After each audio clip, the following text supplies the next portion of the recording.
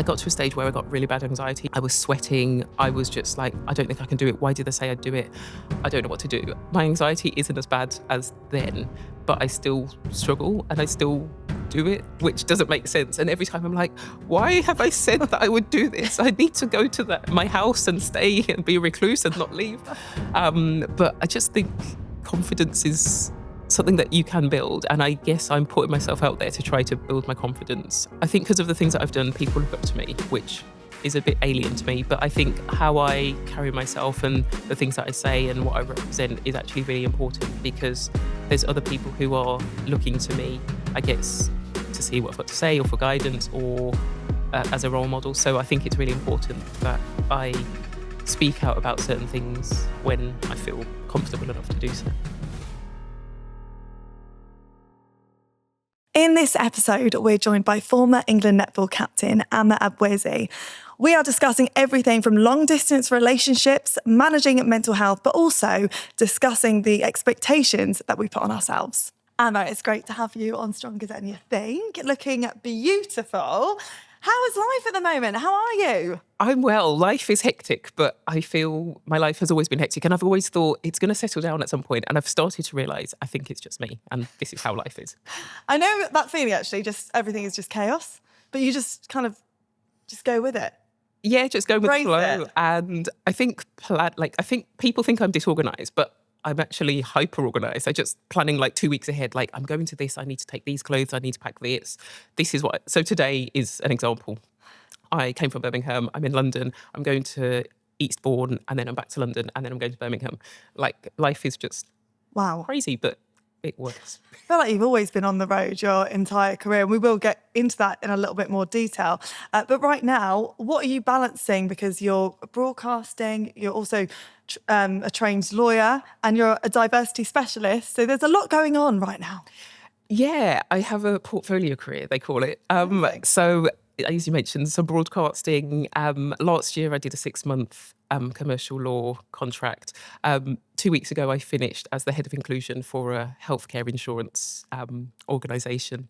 I'm a trustee for a couple of charities. I'm a non-exec director for about 4 different organisations. I do some coaching, like exec coaching. I go into schools and do talks. I do corporate talking. I mentor some people. I do a lot, but I'm always like, I don't know why I'm so busy. And I don't know why I've got so many meetings or so much admin. And obviously when I say it like this, I'm like, this is why. But it's a long list. Yeah, is there anything you can't do with this? I don't feel like I'm doing enough. And I always look at other people and think, oh my gosh, they've climbed Kilimanjaro, or they're doing this or that. And you're a gladiator, like that kind of thing. And I think, oh my gosh, I'm underachieving. I need to do. Oh my word, you are absolutely not underachieving. That list is miles long and super. You should be so super proud of all this amazing work that you're doing. But I just don't understand how you are doing it. I don't know either. I think sometimes I'll have a day where I try to keep a day where I'm free. Because actually, and I think people sort of have an affinity to it because of long COVID, but I've had chronic fatigue. And so there was a period where I pretty much couldn't do anything. I couldn't train. I could barely get out of bed. And I'd gone from being a professional sports person, training 2 or 3 times a day and doing loads of things, to I can barely function as a human. And so at that point, I never ever thought I'd get back to being able to do things. And I thought at the time, I need to like calm down, do less, and sort of, I guess, be balanced. And I'm kind of getting back towards doing too much. And so I probably need to take a check and think, actually, like, chill, just do a few things. I actually think it's really hard to find that balance for everyone. You know, if you're really busy, you just kind of living off that adrenaline, off the momentum of, you know, all these amazing things that you're doing. And then you stop, or you get sick, or, you know, your body just goes, you need to stop, you need to slow down. Take your multivitamins. That's what my mum always says. Just take your multivitamins, you'll be all right. But yeah, it's really hard to balance. And like you say, you struggled with long COVID. How tough was that period? COVID was a really difficult time generally anyway, because I've got a husband and he's from New Zealand. And so we've had a long distance relationship for a long time. We met when I was playing in New Zealand, and then I went, I think I played in New Zealand, then I went to play in the UK, he stayed in New Zealand, I played in Australia, he stayed. And so we've always just managed being apart. And just before COVID, we had made a family decision that he'd moved to the UK, but we didn't have anywhere to live. So we were kind of homeless just around COVID and were sort of finding places to stay whilst not breaking the rules. And then he had to go back to New Zealand and I managed to get back too. So we stayed together for a year in the same house. And I was like, oh my gosh, this is what everybody else does. This is just like so straightforward. I'm not up in the middle of the night, like speaking and things. So that was a blessing. And I just thought how incredible that I've had this opportunity to do that. But before I got to New Zealand, I like really struggled in terms of like mentally. And I remember doing an interview, which was for an article for an organisation that I'm an ambassador for, which is Greenhouse Sports in London. They support, through sport, young people in disadvantaged areas in London. And so they had set up the interview and it was with The Guardian, and I spoke to the person and I pretty much just broke down and sort of talked about my mental health and how I was struggling to get out of bed. And as an athlete, you kind of always have training, and I'm in a team, so you have your team to go to. And I wouldn't necessarily talk to them about my mental health, but just having them there, going to training, having that routine was massive for me. And that was gone. And we used to train online. So everybody would be doing their training, but it just wasn't the same and there was no connection. And so I think I never intended to speak about my mental health, but I think I just was caught at the wrong time, or potentially the right time, but just caught at a low ebb and sort of opened up. And I was surprised that people like reached out and were supportive or shared their stories with me about how they were struggling and things. But I was really apologetic to Greenhouse Sports because I was like, I'm so sorry, the articles become about me as opposed to the incredible work that you're doing and the young people. But yeah, COVID was an interesting, difficult and just like a challenge. And I'm glad it's actually almost like a reference point because everybody kind of went through the same thing at the same time. So everybody sort of knows that period and can reference to it. But it had some highs and lows for me, definitely. Do you know, since that moment of like opening up, did you then notice a difference, like even with your teammates, or was it easier to open up to them then, or did you sort of get any feedback from that? Like, it's interesting. I'm not really I don't like sharing my feelings, and yeah, even like with my family or my husband, my husband's really touchy-feely and I'm literally like, no, forget those emotions. Don't touch me. And so it was a really strange feeling because obviously that was out there and people sort of knew about it. And I think people saw me differently. And I think that's what I've always tried to avoid. I think there's been times in sport as captain or just in teams where you've almost shared a bit too much of yourself and it's used against you in terms of selection, or you've got an inability to perform your job because you're showing weakness almost, and your mental health is something that you can't cope with. And so I was just really conscious that I'd almost let myself down because I'd put that out there and it could impact opportunities for me. I was in a team actually, and I think it was great to open up. That team were really supportive and protective. I was playing for a team in Gloucester, Worcester. And yeah, they were great. But I know that I've been in other teams where it isn't quite the same. Sounds like from experience, you found it quite difficult to let your guard down and be vulnerable. And I think quite a lot of us feel like that in some respects. I don't know about you in your team environment. Does it depend on how supportive the people are around you, or does it just take a little bit of time to kind of come out of your shell? But like you were saying, you're actually like that at home as well. So maybe it is just some people just prefer keeping it in, which they always say, just let it out, don't keep it in. That's probably the worst thing you can do, isn't it? But do you have that as well? I think it depends on what team you're around, and like different sports might be different. But I've noticed rugby's very like inclusive, and I'm shy, but I became very comfortable around my teammates, so that almost made it easier to open up to people. But again, I think it just depends, doesn't it? And I don't know what it's like in netball, like the team environment, and you got to be comfortable with people, aren't you? So yeah, it makes a difference. I think we're in netball, everyone, like, you get to know people really well. Yeah.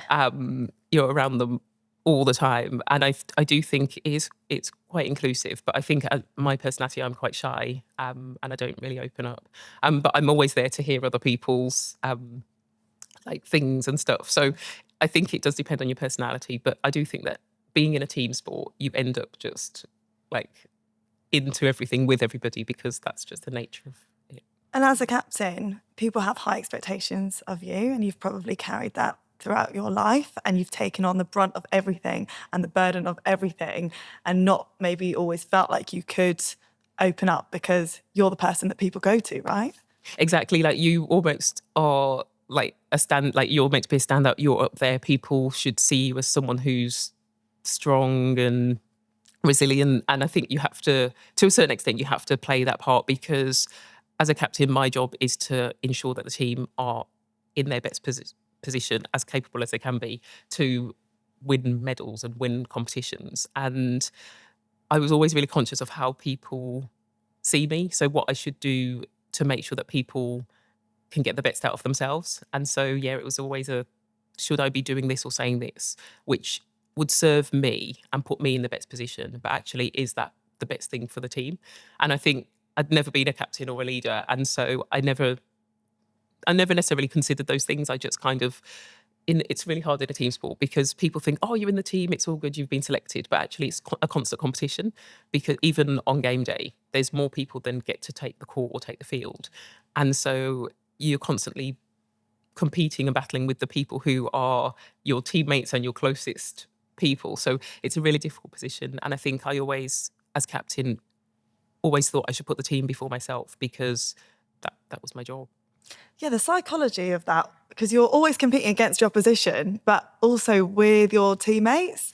And it's kind of a backwards way of thinking about it, but it is true, isn't it? You're always looking over your shoulder thinking, maybe as captain as well, I'm captain now, but all of these people might want that position as well and be working for it too. Exactly. And I remember one of my teammates, who I'm a defender, so typically going to a major competition, there's 12 people selected, 7 people on court.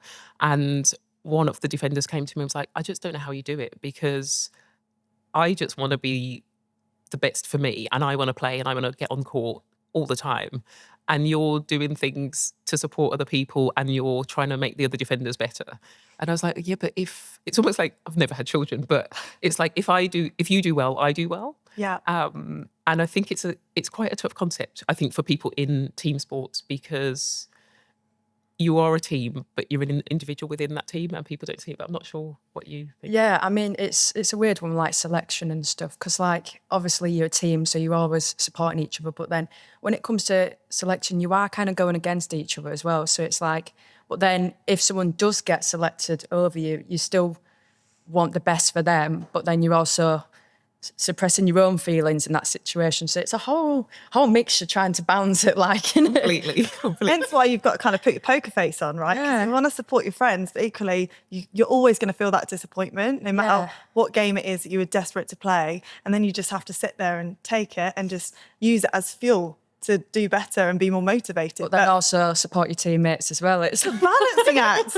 I feel like that's life in general. You're as a woman, you want to support people, you want to bring people up, and you also want to look after your family, look after your friends. It's like we take on a lot of responsibility, and do you feel like you have that now in your life outside of the team environment? Yeah, I do think. I think with my family, I'm apparently always the decision maker. So like my mom, for example, wanted to buy a sofa. This was years ago. And she was like, oh, we can't buy the sofa. Like, she'd taken everyone to look at it. We can't buy it until Amma approves. And I was on tour, so they waited for like weeks until I came back and stuff. And I was like, oh yeah, that's fine. Actually, I don't think I did. I think I was like, no, don't buy that one. And I changed it, which I never really saw myself that way. But I think, as you say, as a woman, you do have to play lots of different roles. And like when I was playing and studying, I kind of had my study friends and I had my netball friends and I had my home friends, and it's just a balancing act, really. Sounds like you've always been able to cope with a lot of things. It's like we just spoke about the list that you just reeled off of what you're doing now, but it feels like that's kind of transcended throughout your whole career. And if we look back at kind of when you were playing and balancing, a job, training to be a lawyer, how tough was that? Because back then they didn't have the funding, did they? Not as much as they have now. So I think when I got into the England under-17s when I was 13, and we got like a tiny amount of funding, it was like in the hundreds. And I was like, oh my gosh, I'm a millionaire. Yes. It was just great, I think, to have my own source of income as opposed to relying on my parents to try to get money. And it was a struggle for my parents as well. My mum had 2 jobs, sometimes 3. But looking back, I don't know how I studied law and like trained as an elite athlete. It was ridiculous. And actually, I think I resent law to a certain extent, but I think it's because of how like challenging it was. I remember I was going to university in Leicester. I lived, for my first year, I lived in Birmingham, which is where my family are from. So I lived at home and I trained in Loughborough. So I remember I'd get up at about 4:30. I'd drive to Loughborough in traffic.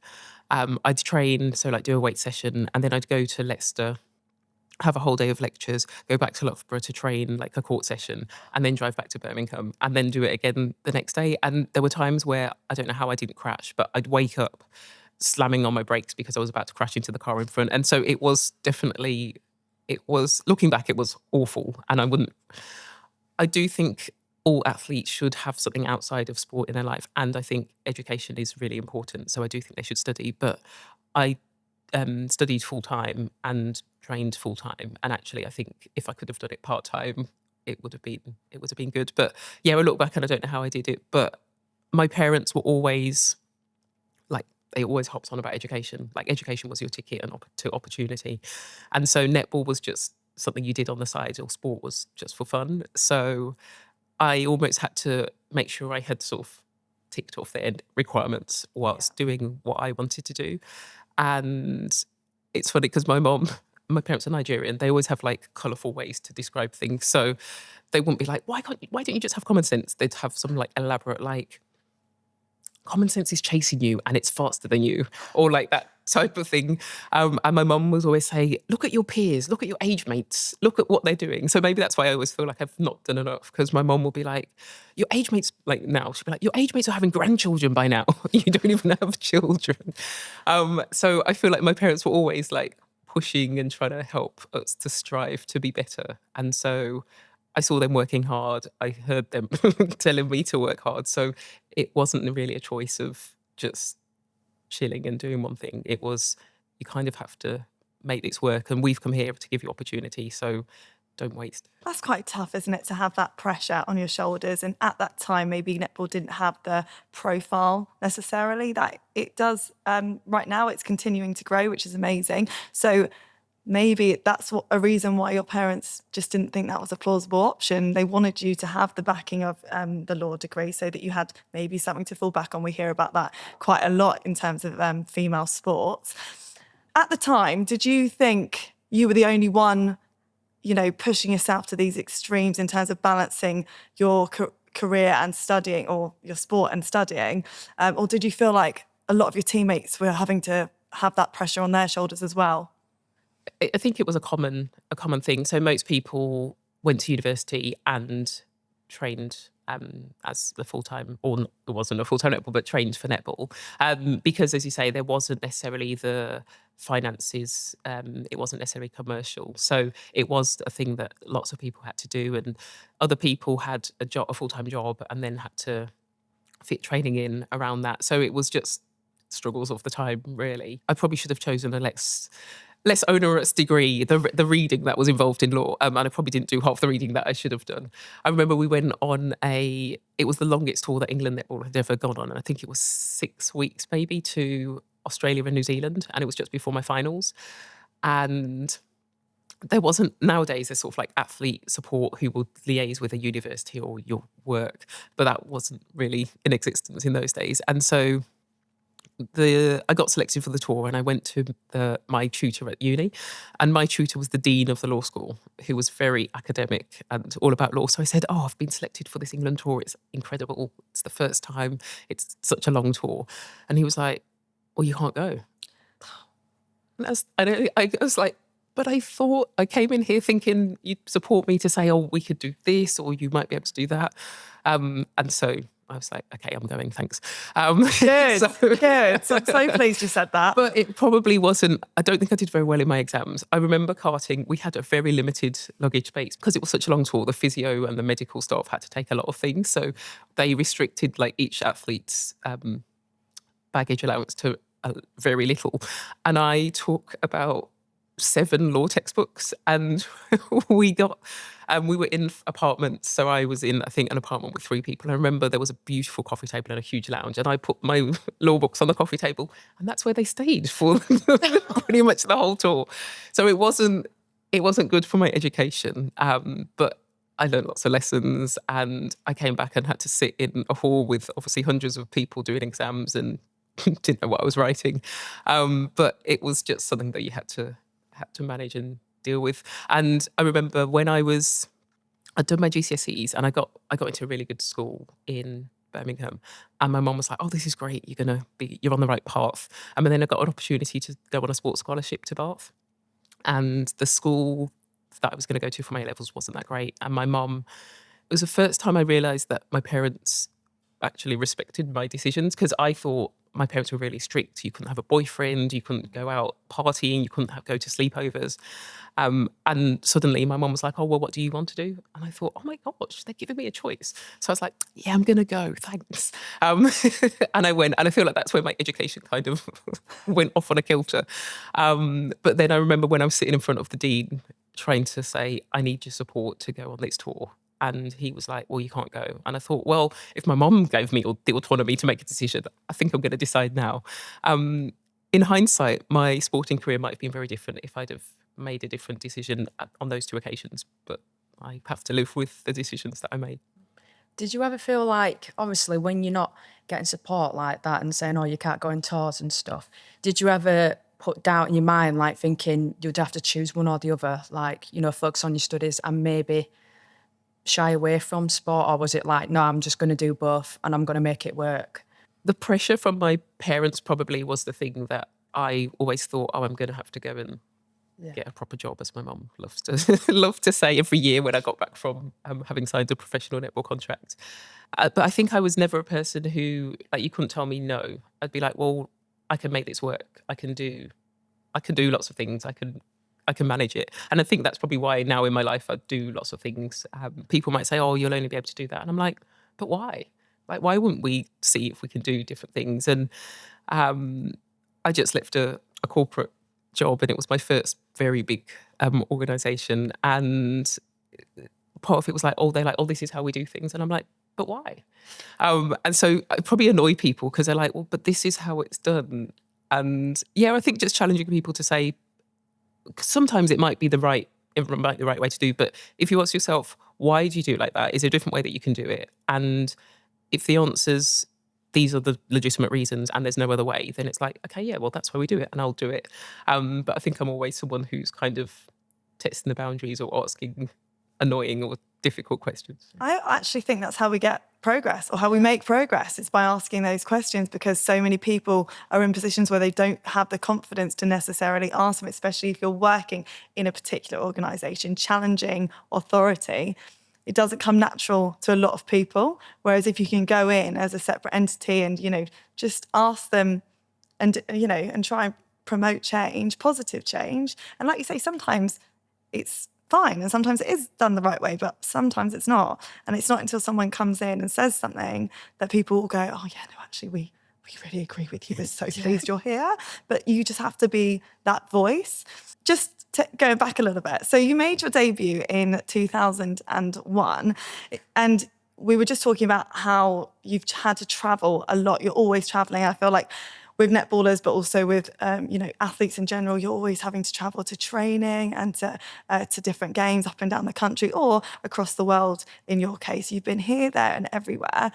And how has that impacted, you as a person? How has it rounded you as a person? And also, how has it impacted your life and your relationships? Like you said, you and your now husband, you've lived in different countries for a lot of your life. How do you manage that? It's a means to an end. And although I feel like my life has almost been a means to an end, I hated training and I loved playing, but the majority of your life is spent training. So I'm like, I'm going to have to do this training so that I can play and enjoy what I do.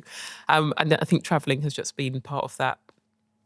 When I lived in Loughborough, England had a training session once a week in London. So we'd have to drive to London, train in the evening, and then drive back to Loughborough and do uni.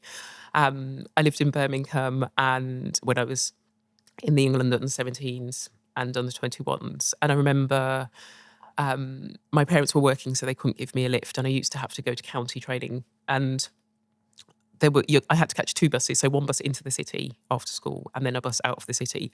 But that was the price of 2 buses. Or there was 1 bus that almost like circumnavigated the whole of Birmingham. And so sometimes I didn't have enough money to catch the 2 buses, so I'd catch that 1 bus. And I think I looked up recently, and they've actually cut the route short, but it takes an hour and 45 minutes to get to where I was going. And that's just what I had to do because I wanted to go to netball training. And sometimes I was late and I got told off. And I was like, people don't understand. Other people's parents kind of picked them up from school and took them. And so people didn't necessarily understand that I was making a real effort to get here, and sometimes I was late. So that was a challenge. So I guess I've always just, if I wanted to do something, I've got myself there. I have played for a lot of different clubs in the UK, and I actually look back now and I think there's some people who've played for like one club, be it netball, football, rugby, and I'm like, oh my gosh, I want to be that person. But that wasn't me. So I've had lots of opportunities to meet lots of different people, live in different cities, and play with different teammates, play under different coaches. And I love people watching, and so that's been a great opportunity for me. I remember I signed my first contract abroad was in Perth in Australia, and I didn't have a manager at the time, so I'd kind of liaised myself, and I was arriving on a Sunday, so everything was sorted. I flew to Perth, said bye to my family, and I got to the airport and there was no one there to meet me, and I was like, I don't know what to do. It was 2008, so I think I had a mobile phone but didn't have anyone's phone numbers. It was a Sunday, and they literally was like, I've flown to the other side of the world. Like, I thought I'd planned everything and there isn't anybody. And so I didn't know what to do. So I emailed, and it was probably before, like, obviously now on your phone, you could like message someone on Insta or Facebook or something. But it wasn't really, I'm old, it wasn't really those times. But I think I remember emailing, but it was a Sunday. And so nobody responded. And so I literally just sat down. And I just waited and waited and waited. And then I was thinking, I started to think like, okay, what can I do? If I go to the like netball office, it's a Sunday, so it's closed. So there's no point me going anywhere. I don't know anybody in Perth. And then eventually the coach came and picked me up. And she says, she was like, she arrived and she's like, hello, Ama. And I was like, it's Amma. And she was like, she thought like, ooh. And we're really good friends now, but I guess I was just like tired, exhausted, Jet lag and everything, fed up as well. Just sat there thinking, "Am I just going to live here now?" Literally, like what's the that movie where the guy lives in the airport? But yeah, I guess traveling has just been me, and I love traveling. I love seeing the world. I try to go to a new country every year, and so it's just been an opportunity for me. I've met my husband whilst traveling or playing my sport. So it's just something that I kind of do, but I've lived out of a bag for a lot of years. And I always thought as training was a means to an end, my netball career would come to an end. And then I would become a, inverted commas, normal person. I'd live in a house with my husband. I would travel nowhere. I'd be a recluse almost. And it hasn't happened. So I'm starting to realise like, oh no, this is obviously me and I travel around. But I keep telling myself at some point I will calm down, settle down, stop travelling around. But at the moment, I almost have to plan 2 or 3 weeks in advance to say, I'm going to these things, I'm not going to get back home. So I need these many outfits and I need to book a train for that. And then I need to drive, I need to hire a car there and drop that off. So that is just my life.